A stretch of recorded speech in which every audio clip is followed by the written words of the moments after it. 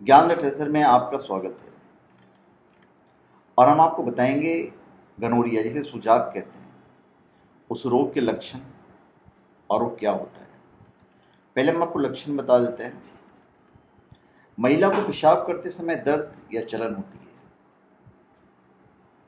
जो लक्षण हम आपको बता रहे हैं, पहले पेशाब में जलन के कारण मूत्र संक्रमण है, लेकिन यह गनोरिया का लक्षण भी हो सकता है।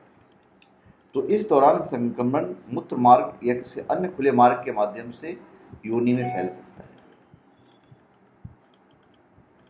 गले की गांठ सूज जाए या उनमें दर्द हो रहा हो तो अक्सर ओरल सेक्स का नतीजा हो सकता है। गनोरिया का 90% कारण ओरल सेक्स होता है। ओरल सेक्स बैक्टीरिया संक्रमण का मुख्य कारण है, इसलिए अगर संभव हो तो ओरल सेक्स करने से परहेज रखें। ओरल सेक्स वैसे भी स्वास्थ्य के लिए हानिकारक होता है, लेकिन आजकल के पढ़े लिखे पोर्न फिल्मों के शौकीन लोग इस बात से अनजान हैं। आप विदेश में नहीं रहते हैं, आप भारतीय हैं, और भारतीय लोग के लिए तो हमारे ऋषियों ने भी संभोग के नियम बनाए हैं। गनोरिया होने पर स्त्रियों के मूत्र मार्ग में एक पीले रंग का स्राव निकलने लगता है। फिर कुछ समय पश्चात बिना उपचार के सारे लक्षण समाप्त हो जाते हैं, परंतु जीवाणु धीरे धीरे स्त्री के गर्भाशय और फैलोपियन ट्यूब में प्रवेश कर संक्रमण फैला देते हैं, जिससे स्त्रियों में बांझपन हो जाता है। पेशाब करते समय मर्दों की बात कर रहे हैं, जलन, लिंग से सफ़ेद, पीला या हरा स्राव। गनोरिया वाले व्यक्ति के अंड ग्रंथि में दर्द होता है और वो सूज जाता है। योनि से अधिक मात्रा में स्राव निकलता है। मासिक धर्म के बीच योनि से खून निकलता है। गनोरिया की वजह से पीरियड्स के बीच के दिनों में शुरू हो सकती है।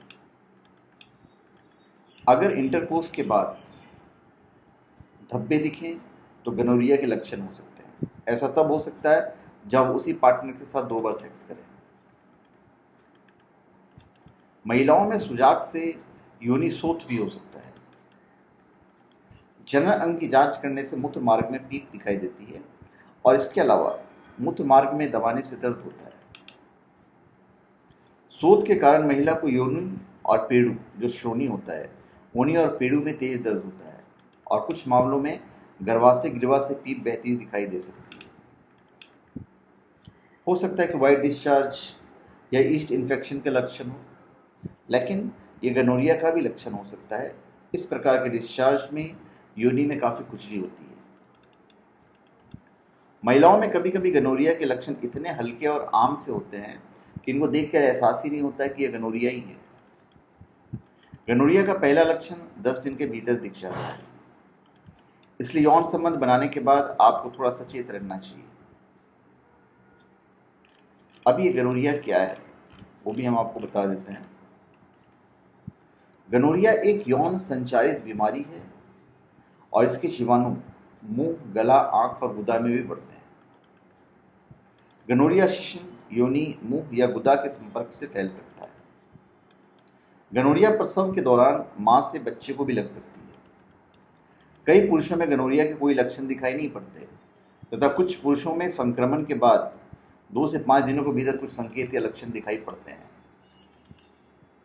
यदि गर्भवती महिला को गनोरिया है तो बच्चे को भी गनोरिया हो सकता है, क्योंकि बच्चा प्रसव के दौरान जन्म नलिका से गुजरता है और इससे बच्चा अंधा हो सकता है।